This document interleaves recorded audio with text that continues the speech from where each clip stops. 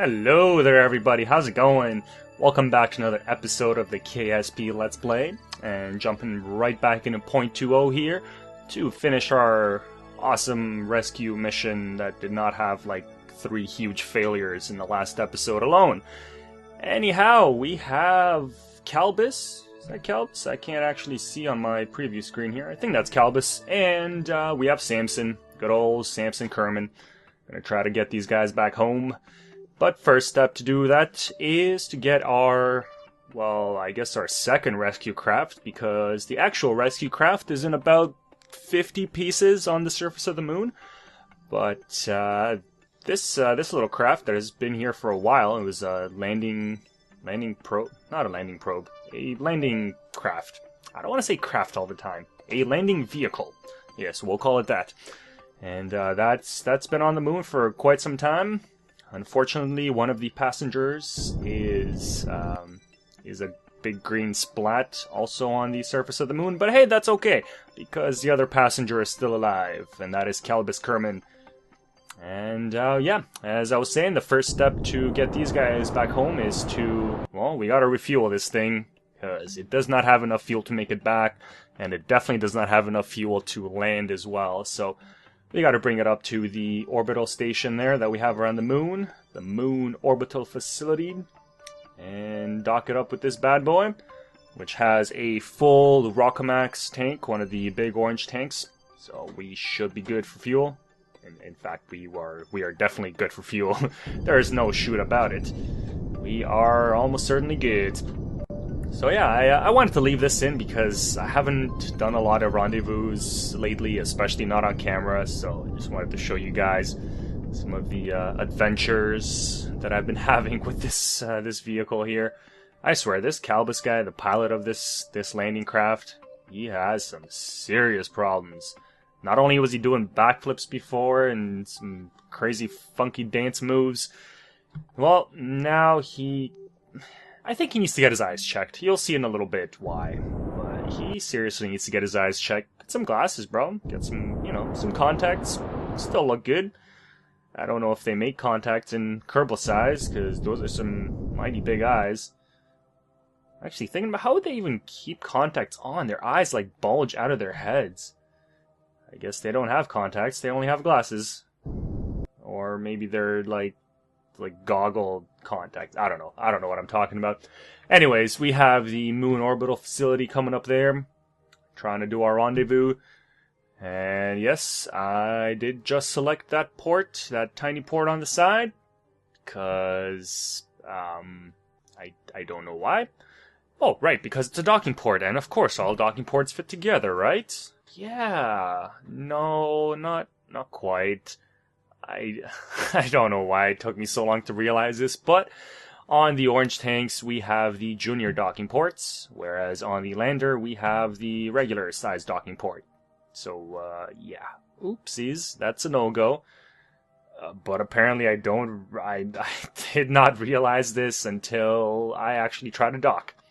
And if you couldn't tell by the way I'm talking, this is done in post-commentary, because there's a bunch of, editing and stuff I wanted to do just to keep it nice and neat. But yeah, it took me up until this point to realize, oh, wait a second, that's not gonna fit. Well, crapola. That's alright though, we have another docking port. We got one right up top there. Yep, there it is. So we'll just use that baby right there, and we'll be good. Let's do our little docking procedure here. Little movement around the station there. And this was fun. Honestly, docking is quite possibly one of the most frustrating parts of Kerbal. And especially if you don't, stay warmed up to it. If you don't practice, if you don't do lots of docking, then you're gonna get rusty, and it's not gonna be too great when you attempt it several weeks down the line, like I did in this video. But as long as you get things organized the right way, align it along the same axis like I'm doing here. I'm gonna align it along the north and south pole of the nav ball, so I can just use that. And yeah, that's really all it takes. As long as the docking ports are aligned in a convenient manner, you shouldn't have an issue trying to get these two together. So yes, we will see that in just a little bit, as we get up nice and close to the moon orbital facility. I did have, like I said, I did have fun with this, because it's been so long since I've docked. It kind of felt like it was the first time when, I mean, obviously, it didn't feel like the first time, because the first time I had no idea what I was doing. And please don't take that out of context, even though it might be true. But in this, I mean, as long as you get the alignments, like I was saying, get the alignment done along the same axis, and you're good. And learn how to translate with RCS. So, you know, learn how to use IJKL, or whatever you have yours set up to, whatever your keyboard shortcuts are. So yeah, learn how to translate, and obviously balance is important as well. Make sure that you have balanced fuel tanks, or balanced vehicle in general, but I've got no fuel left in this thing anyway, so that's really not an issue at the present. But anyways, here we go. Get up nice and close, and then get up right behind there. In chase cam if you can. I don't know if I'm in chase cam at this point. Chase cam just makes it easier, a little bit easier to tell how things are aligned. But I know some people have problems with it, so it's really just a personal preference. But hey, there we go. We got dock. This will probably be the last time that any vehicle will dock with the moon orbital facility. That kinda sucks. Oh, we got Calbus on board? Is that Calbus? I haven't seen this little guy in a while. I remember he did some important things at some point in the past. Alright, well, anyways, refueling has been taken care of. I only refueled the small tank at the very bottom there. That's aligned down the center. I did not refuel any of the 4 radial tanks, because I figured it was enough fuel, and I was mostly right. Yes, we'll say that. But anyhow, on the way back to Kerman, leaving the station behind, we have our trajectory set up. And I just did a quick little burn there to, you know, I've said it before, I like to do quick little burns before maneuver node, or just one quick burn, just to see how much time I have to burn. Because if your engines are not active, it'll just say not available for estimated burn time, so just do a quick little burn, and you'll be set. Anyhow, a little mid-course correction there. I initially had it set up for around 120 kilometers. I decided to lower that to about, 33, 34 kilometers. Because, well, I saw that I was coming in pretty dang close to the Kerbal Space Center there, so I figured I would try to get a landing near the Kerbal Space Center. Because that is totally something I can do, yes. Because I have never failed at making a powered landing before.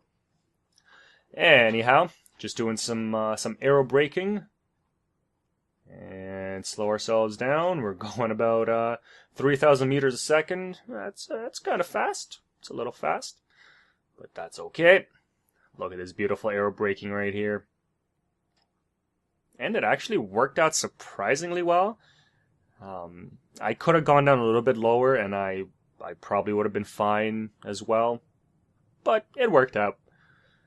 I think I did one quick little burn around here just to slow myself down a little bit more, because I was getting greedy and I wanted to, well, get to the Kerbal Space Center. You know, want to get these guys, get them home.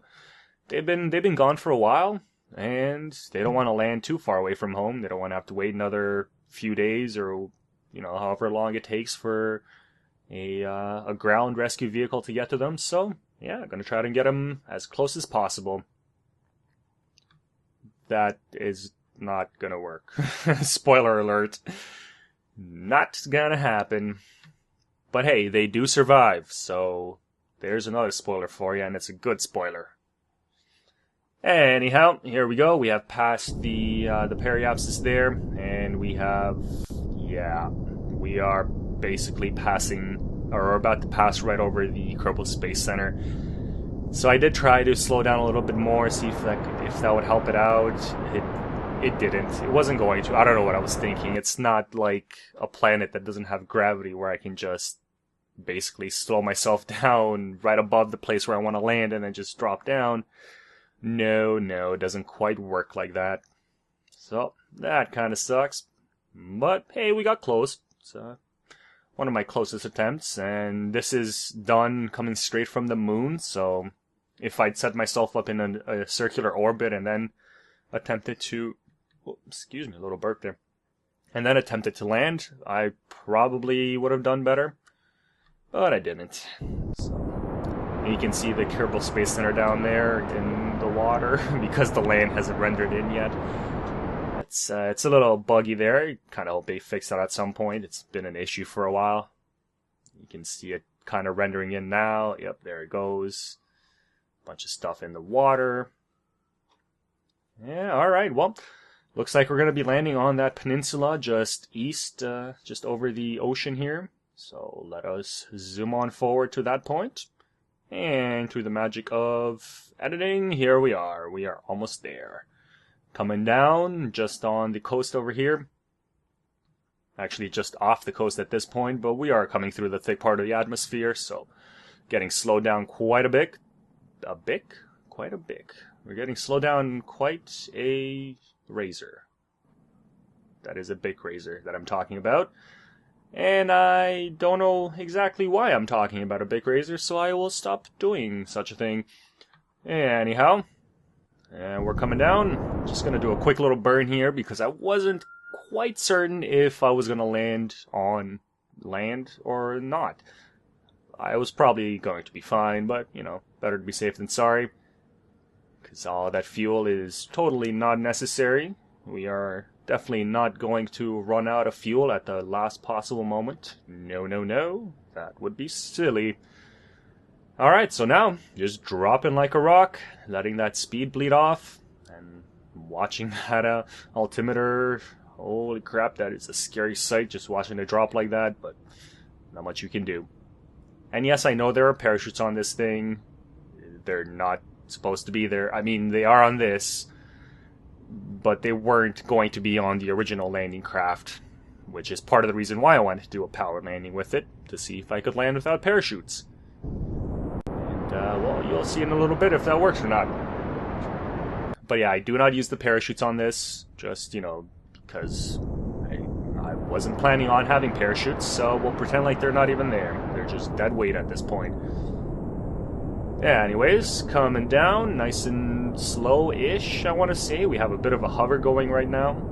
I don't know if this is the best idea. I suck at powered landings. I've said it before, I'll say it again. I'm sure there's evidence in my past videos. I'm terrible at powered landings. I don't really know when to start burning. That's my problem. So I don't know if it's best to just do a crazy suicide burn or try to slow it down like I am doing right here. I don't know. You know, getting better at it though. So yeah, we're coming down. Coming down. Decent speed. We'll be fine. We'll be fine. Don't look at the fuel gauge. Don't look at the fuel gauge, which is about to run out. And we're alive. Yes, we are. I love those landing legs. Those landing legs have some serious impact tolerance. They did a good job. We have almost every part of the vehicle is on the ground. Might not be attached to the rest of the vehicle, but hey, it's there. And success! That's right, Samson, you're home. You and your buddy are home.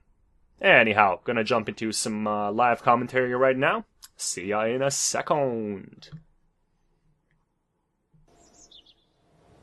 Alrighty, back to the live show. And the reason why I wanted to do a quick little thing at the end of the episode here, well, you know, it's the end of 0.20. I'm almost definitely not going back to this version ever again. And I've done quite a bit in this world, so I just wanted to look back at some of the things that have happened. And say goodbye to some of these poor Kerbals that are never going to make it home. Unlike Samson and Calbus. Oh, I guess I brought Calbus back. So who did I leave? Oh, I think I left Celis behind. Right. Anyhow, let's just quickly take a look around. Well, first of all, we have Kerman itself. with a bunch of stuff on the planet. Yep, we know about these guys that just made it back home. We have the S03E20 lander, which was, or not a lander, sorry, it was a space plane, one of the small space planes that comes with the game that we flew over, that I think was actually piloted by Calbus. Yes. And it is, okay, I was gonna say, it seems to be floating midair. And there are parts of another space plane right here. I don't remember this space plane. There is nothing left of it, so I guess it's dead. What?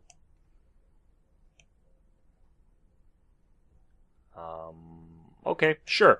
Why not? Oh yes, I do remember crashing this. Yeah. That's right. Just pieces everywhere. Magical floating pieces. Okay then. Alright, so, okay, we'll ignore that. Random bugs in the game, not to be surprised at all, because it is still an alpha. Still working on it, guys, still working on it.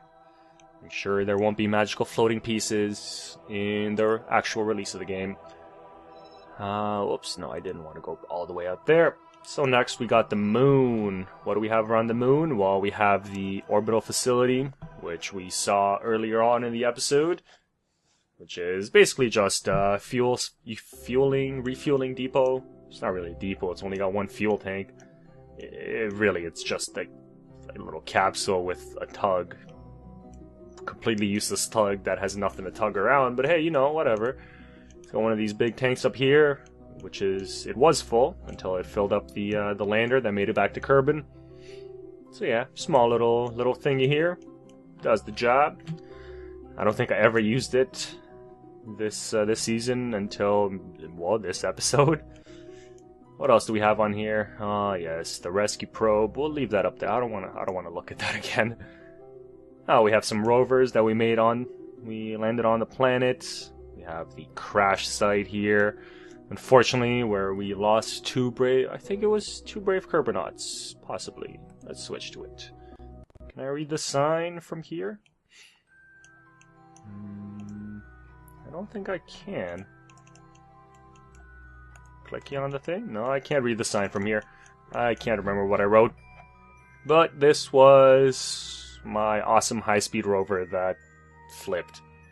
Because I'm a terrible driver. Yes. So that was sad times, but you know, it's in the past.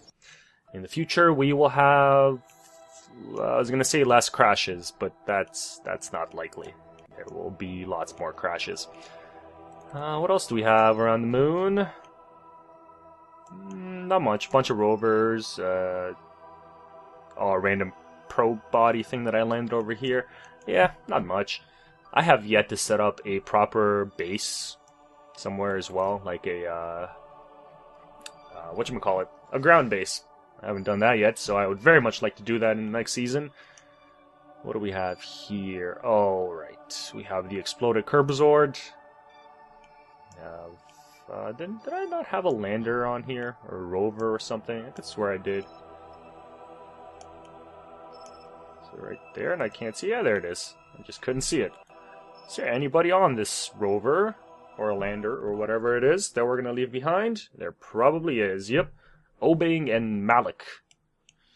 Well, sorry guys, you're not going anywhere. At least it's kind of nice over here. Alright, well that's Minmus. That was kind of poopy. And these are just random debris probes that are supposed to bring their vehicles back, but they never will because those things will never get off the ground. Alright, well let's zoom on out, and probably one of my proudest achievements, I guess, in this game was making this starbase. And the starbase itself is really nothing special. I mean, it's just a couple of tanks, some solar panels, some living quarters here, plenty of fuel. It's got this little engine compartment, which has a tug, a space tug, like docked underneath there. I thought that was neat. But really, the main thing with this starbase that I was super proud of was the fact that I was able to dock with it. I was able to actually bring a ship from Kerman and meet up with the starbase and dock with it and grab fuel and all that and go off and do a mission. I believe it was actually this mission that went to Duna. I can't remember. Yeah, I'm pretty sure it was the Duna mission. It's either the Duna or the Jewel mission. I cannot remember, it's been so long. But yeah, Duna was something else. I did have a very rough landing on Duna, mainly because I was in Time Warp and I kind of messed up and forgot to turn it off, but I did redo it in regular non-Time Warp and I did make it, so that's another little thing that we could do in the future is send some more probes and rovers out to Duna and to Ike. Yeah, these were manned rovers. Yeah, that's right. 'Cause they got dropped off with the Sky Crane. So who are we leaving on Duna? The first and only Kerbals on Duna are Lodster and Edcott. What is with this floatiness? This is... yeah, okay, there it is. Yep, and there's the Sky Crane. And this is the wonderful rover design that you gotta be careful to not flip or turn too fast sideways, because then you're gonna just kill yourself. That's a pretty cool shot right there with Ike right there. Nice. Wow, Ike is super close. I had no idea. Yeah, I guess it is. Or it's just big. It's a lot bigger than the moon, it seems. Alright, well, that's that. That is the Duna mission, the ill-fated Duna mission. It seems like all my missions, these guys, it's a one-way trip. Sorry, Kerbals. You're no good to me. And the last mission, which was actually a very fun mission, and one of the most different things I've done in a while. If I can find the... oh, crap. That's right. The mothership is like gone in interstellar space, isn't it? Yep. Whoops. Well, I did have a mission. I'm not gonna look at all these probes because they're all the same pretty much. I had one mission which was a lot of fun, and I would actually like to repeat that mission again in the future, where I sent out one craft with 8, I think it was, yeah, 8 probes attached to it, and each one of those probes went to all the different moons of Jewel. They're all in orbit around the different moons. One of the probes went into Jewel's atmosphere. You know, it's a science mission.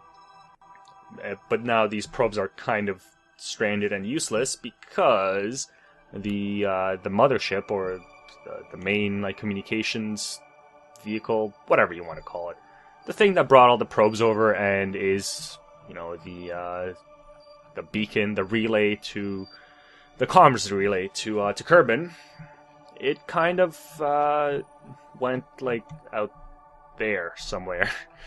Stupid Jewel and all its moons. I bet it was Lathe. Lathe gave me so many problems before. It's so easy to accidentally intersect one of these orbits and get affected by the gravity of one of the moons and just go flying. So, yeah, especially because I had no fuel in it. I had to waste all my fuel making adjustments and trying to make sure that I could get all my probes to where they're supposed to go. But, you know, anyhow, what can you do? What can you do? Well, other than not suck as badly as I do at the game, which will hopefully happen less in the future. But probably not. Anyhow, I'll think I'll leave it like this. This is actually going to be one of my main targets for the next season, next little while, as I'm going to be trying to get to Lathe. Going to try to do stuff on Lathe, because it's the only other planet with an atmosphere, or, sorry, the only other planet with an ocean in the Kerbal system. And I would very much like to try my hand at making rocket boats and stuff like that. Yeah, be ready for more explosions, of course. Anyhow, guys, I will leave you here for now. As we zoom on out, I want to give you a cool shot. Can I focus on Lathe? And we'll zoom out of the system. Ooh, look at that. That's crap. Sorry. That's terrible. Anyway, say goodbye to Season 2, guys. Or, that's a lie. Say goodbye to version .20 Man, this has been... I've been recording for like 2 hours now, just failing at trying to land that thing, so I'm just getting a little tired. But anyways, say goodbye to .20. Unfortunately, I doubt we'll ever see you again. But that's alright. We will be back in .21 with some more craziness. And starting in the next episode, we will work on building the giant freaking robot in space. Yes, indeed. We'll see what happens with that. Anyhow, thanks again, guys. Hope you enjoyed. Let me know what you thought and all that fun stuff down below. And I'll catch you in the next episode. Take care.